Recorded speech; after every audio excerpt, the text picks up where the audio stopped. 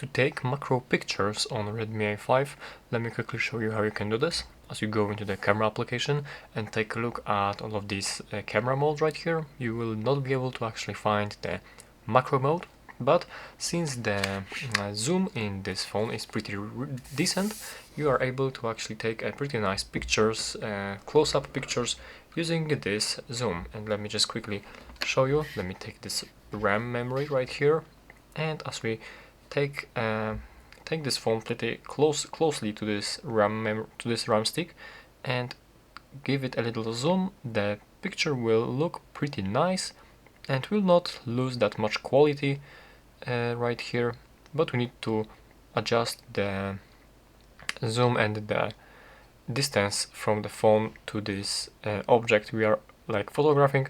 And as I take the picture right now, you will be able to see that now we can see right here this little the numbers on these small parts on this RAM stick.